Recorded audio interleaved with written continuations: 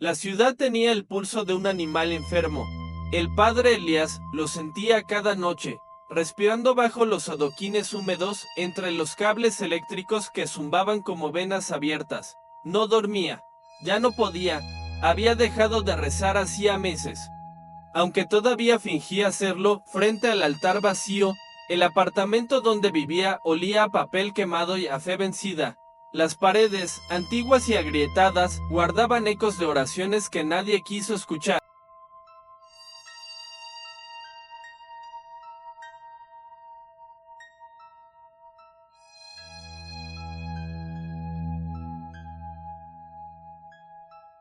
A veces, cuando el viento soplaba desde el río, los crucifijos colgados giraban solos, despacio, como si algo invisible los contara. Su fe se había roto una noche sin testigos, un cuerpo de niña, pálido y torcido en un hospital. Sus manos aún aferradas al rosario que le dio. No era su hija, pero era su culpa. Una promesa no cumplida. Una vida que se le escapó mientras él intentaba recordar las palabras exactas para salvarla. Desde entonces, el silencio se convirtió en su única misa.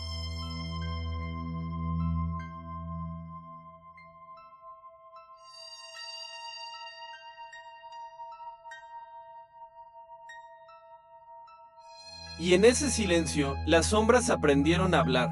A veces oía pasos en el pasillo cuando no había nadie, o la radio encendía sola, murmurando una voz infantil, o el espejo empañado del baño mostraba dos figuras cuando solo había una, aquella madrugada.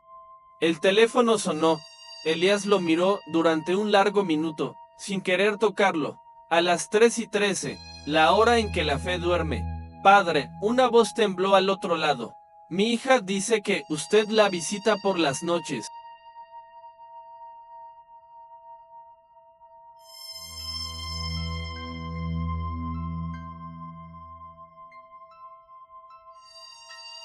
Elías sintió que el aire se detenía. No conocía a esa mujer, no conocía a esa niña, pero algo en su interior, algo antiguo, reconoció el nombre que la madre pronunció después. Sara colgó sin responder. La lluvia comenzó a golpear el vidrio con una insistencia infantil, como si alguien pidiera entrar. Abrió la Biblia. Las páginas estaban en blanco. La ciudad, afuera, continuaba respirando. Y dentro de él, algo despertaba.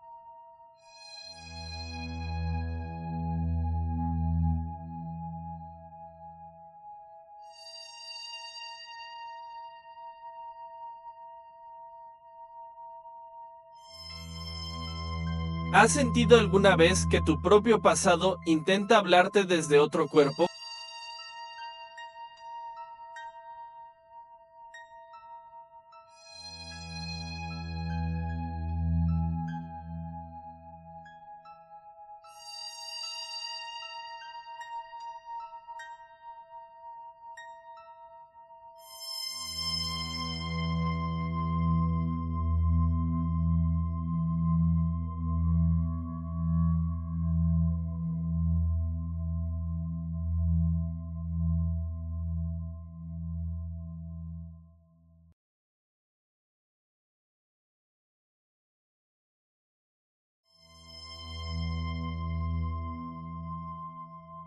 Fue a buscar la iglesia al amanecer. Las calles seguían mojadas, reflejando la luz mortecina de los faroles. El templo de San Lázaro se erguía entre edificios modernos como un diente podrido entre sonrisas nuevas. Había sido cerrado años atrás por falta de fieles. Solo él tenía la llave. Al abrir la puerta, el olor a humedad y cera vieja lo envolvió. El aire era espeso, denso, como si hubiera esperado demasiado para ser respirado. El silencio no era vacío, era expectante.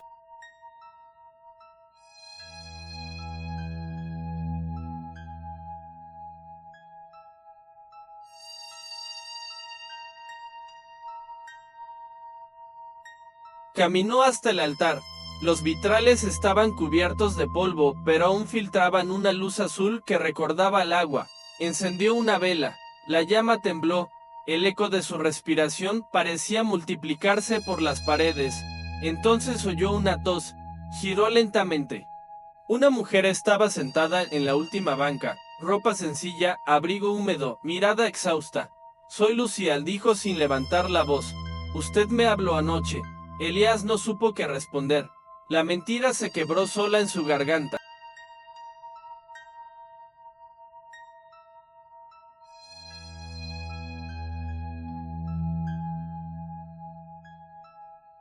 La mujer siguió, mi hija lo describe. Dice que se sienta a su lado cuando duerme, que le promete que pronto la hará descansar. La palabra resonó como una campana rota. Elías tragó saliva, pidió verla. Lucía sintió. Subieron juntos hasta el pequeño oratorio. El aire estaba más frío allí, como si la piedra guardara el aliento de los muertos. En el banco de madera había 2 tazas de café. Una aún humeaba.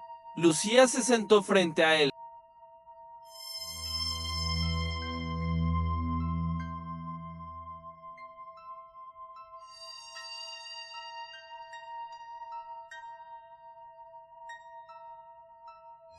Sus manos temblaban mientras giraba el rosario entre los dedos.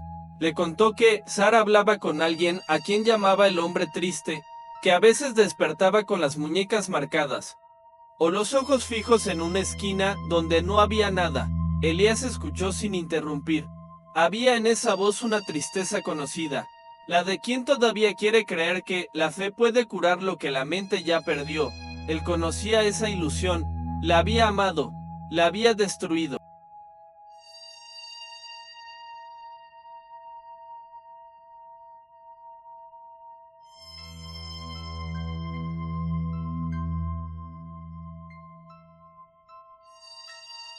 El silencio entre ambos se volvió espeso pero no hostil. Una pausa donde el dolor respiraba tranquilo. Elías le ofreció otra taza de café, sin saber por qué, quizás porque el gesto humano era lo más sagrado que aún recordaba. Afuera, la ciudad despertaba. Los autos pasaban, la gente corría, los teléfonos sonaban. Dentro, 2 extraños compartían el mismo cansancio, la misma espera. La fe, pensó Elías, no siempre llega con rezos. A veces entra por una mirada que no huye.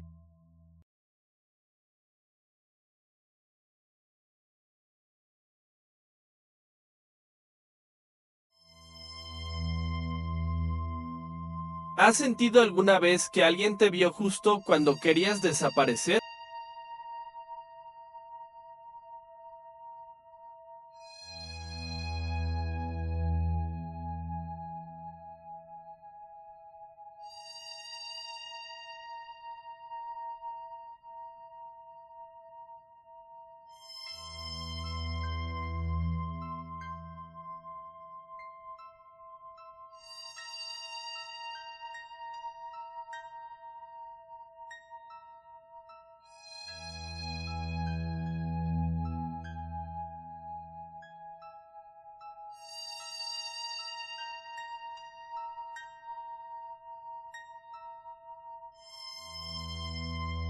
Sara tenía 8 años y ojos demasiado viejos. Vivía en un departamento estrecho, de paredes húmedas y un crucifijo torcido sobre la cama. Cuando Elías entró por primera vez, la niña estaba sentada en el suelo, jugando con una cuerda invisible. Sonreía hacia un rincón vacío. Dijo que vendrías, murmuró sin mirarlo. El padre se estremeció. Su voz era suave como la de alguien que ya ha visto demasiado. Durante días, la visitó cada tarde.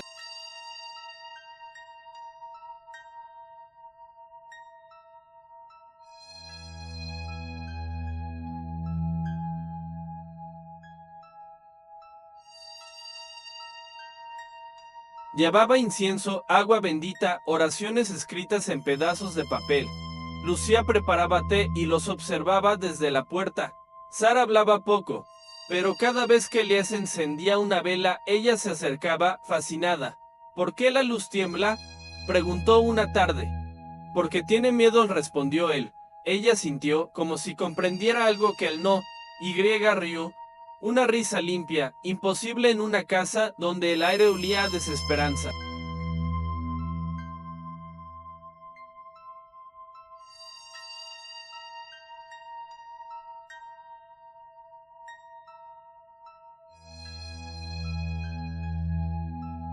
Con el paso de los días, Elías empezó a notar pequeñas grietas en su propio silencio. De noche, escribía en un cuaderno: hoy, Sara me miró sin miedo. Hoy, por un instante, no escuché la voz. No sabía a qué voz se refería. Tal vez a la suya propia. Una noche. Lucía lo encontró dormido frente al altar, con la cabeza apoyada sobre la Biblia. Las páginas estaban llenas de palabras que él no recordaba haber escrito. El mal no grita.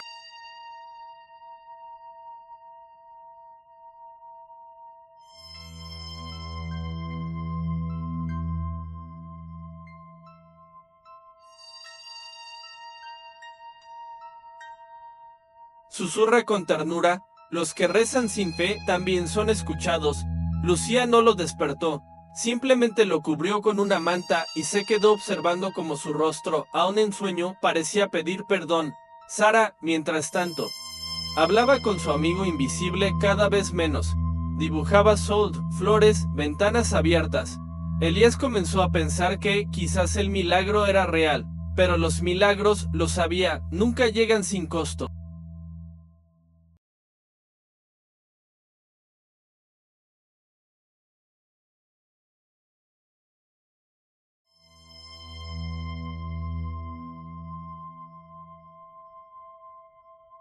Esa misma noche, mientras cerraba la iglesia, vio a lo lejos una silueta parada bajo la lluvia. No se movía, solo observaba. Una figura masculina, inmóvil, sin rostro visible. Elías sintió que el aire se le volvía vidrio en los pulmones. Parpadeó. La figura ya no estaba. Volvió al altar y apagó la vela. Durante unos segundos, el silencio pareció tener respiración propia. Entonces, en la oscuridad, una voz susurró detrás de él: gracias por traerme a casa.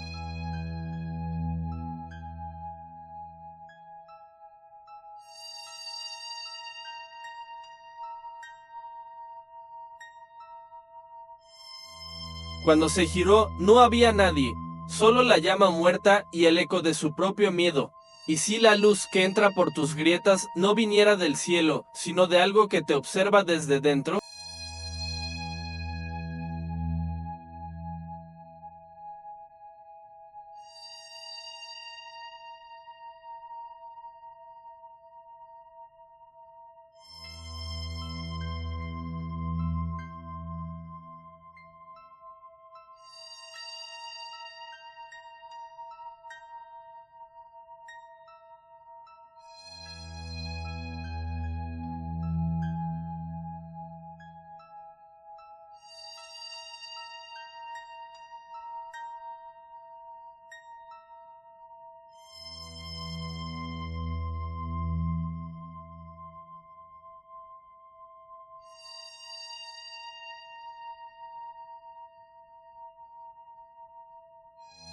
La cuarta noche, la ciudad parecía contener la respiración. Elías soñó con el río cubierto de cruces flotando. Despertó empapado, con las manos manchadas de ceniza.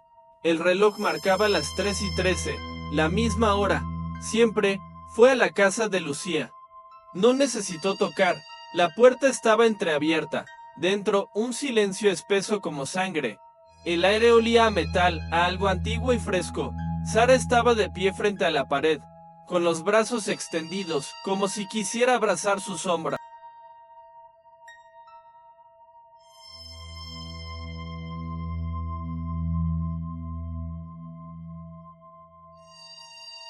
Elías se acercó despacio. La niña murmuraba algo, una frase cortada, repetida una y otra vez. Al principio creyó que rezaba. Luego comprendió que era su nombre. Elías, Elías, Elías. Su voz era la de un eco atrapado en piedra. Lucía lloraba en el suelo, inmóvil, como si temiera romper algo al moverse. No sé qué le pasa, susurró, no sé si sigue siendo ella. Elías quiso responder, pero el aire se le quebró en la garganta. Todo lo que había callado durante años regresó como un golpe.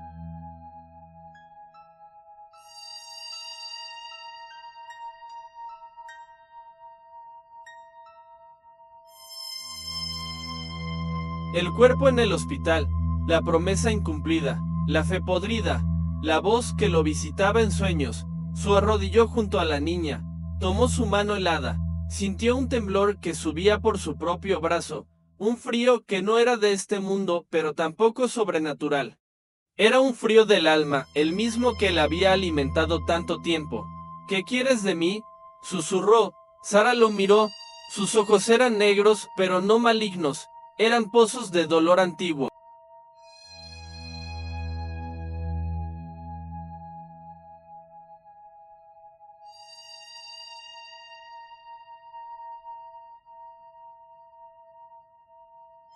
Y al abrir la boca, la voz que salió no era suya, solo vine a devolverte lo que perdiste. Elías retrocedió. Detrás de ella, la sombra en la pared se movió sola, crecía, respiraba. Tomó forma de hombre, de algo sin rostro pero con su silueta. Su propio cuerpo hecho niebla. El sacerdote gritó, pero el sonido no salió, cayó de rodillas. Y entendió, por fin, la raíz del exorcismo. No era Sara quien estaba poseída, era él.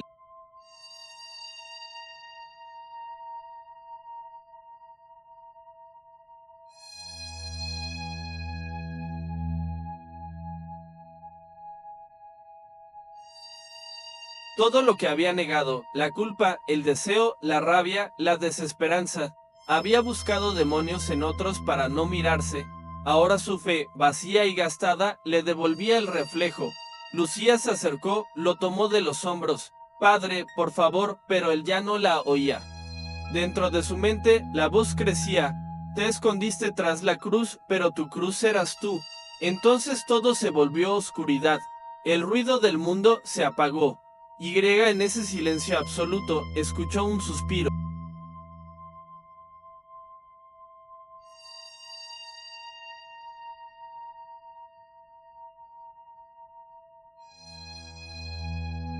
Un suspiro que venía de su interior. Y lo entendió, el demonio nunca quiso salir, solo quería que lo escucharan. ¿Qué parte de ti susurra cuando el mundo calla? ¿Y cuánto tiempo llevas llamándolo mal?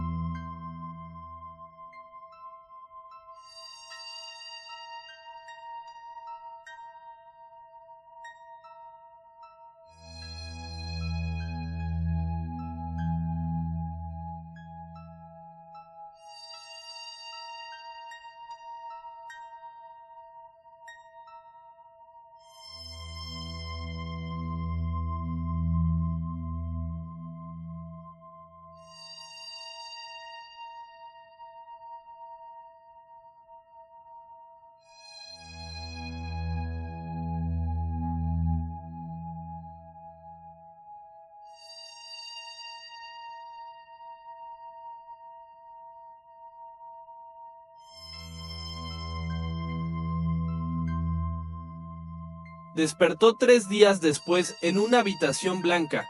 El techo tenía grietas en forma de cruces torcidas. A su lado, una silla vacía con una taza de café frío. Lucía había dejado una nota.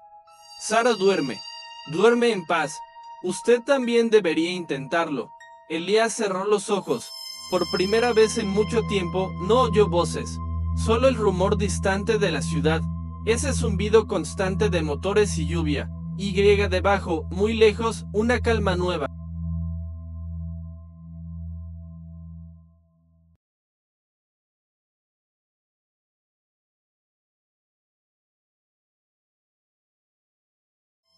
Los médicos dijeron que había sufrido un colapso nervioso, que su cuerpo se había rendido al cansancio, que su mente estaba en defensa.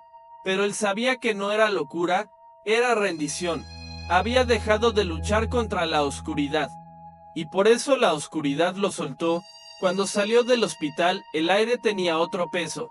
Las sombras no lo cegían, las campanas no dolían, el mundo cegía igual, pero él no. Volvió a la iglesia de San Lázaro, abrió las ventanas, dejó entrar el sol.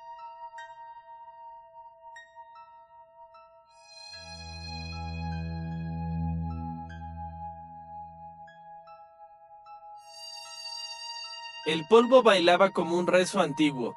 Cada rayo de luz era una disculpa, no de Dios, sino de sí mismo. Lucía y Sara lo visitaron unos días después. La niña traía una flor marchita. Para ti, padre. ¿Por qué? Porque ya no estás triste. Elías sonrió. Se agachó, tomó la flor y la colocó frente al altar. El gesto fue tan simple que le dolió. Había pasado la vida buscando grandes milagros, y Griega descubría que el único milagro posible era el de seguir respirando sin miedo.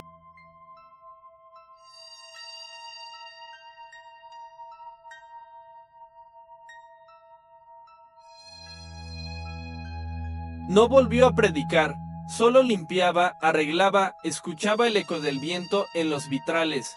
A veces se sentaba en el suelo, con las manos entrelazadas y hablaba en silencio con su sombra. Ya no la odiaba.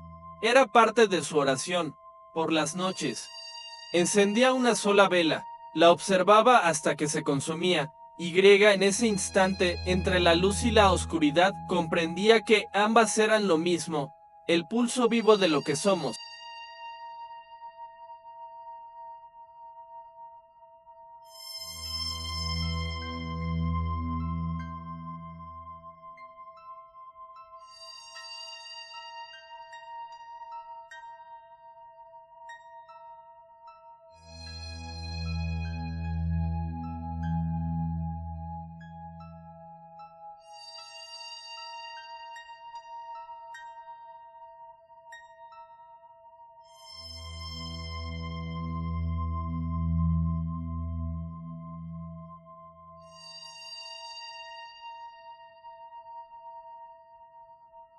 Y si la fe no fuera creer en Dios, sino en tu propia capacidad de perdonarte.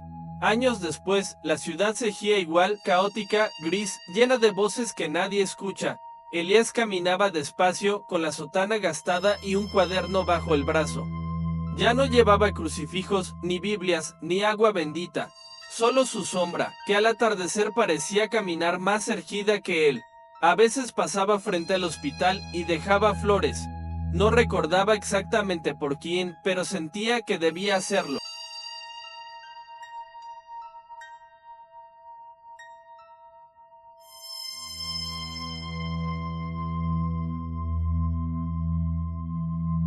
En la esquina de su calle, una niña vendía dibujos. Tenía los mismos ojos que Sara. Compró uno, un círculo dorado con una grieta al centro. Es el sol, dijo ella, pero se está rompiendo.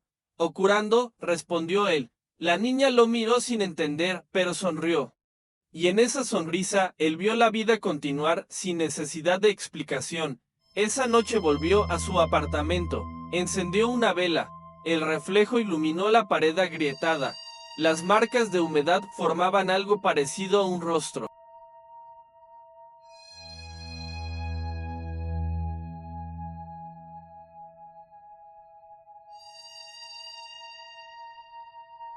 Por un instante creyó ver a su hermana, pero no sintió culpa ni miedo, solo ternura. Abrió su cuaderno, escribió una última frase: no hay demonio más feroz que el deseo de ser perdonado. Luego apagó la vela, el humo subió lento, dibujando en el aire una espiral perfecta. Por primera vez el silencio no pesaba, era un refugio, una casa, una paz, que parte de ti todavía espera que alguien le diga que ya puede descansar.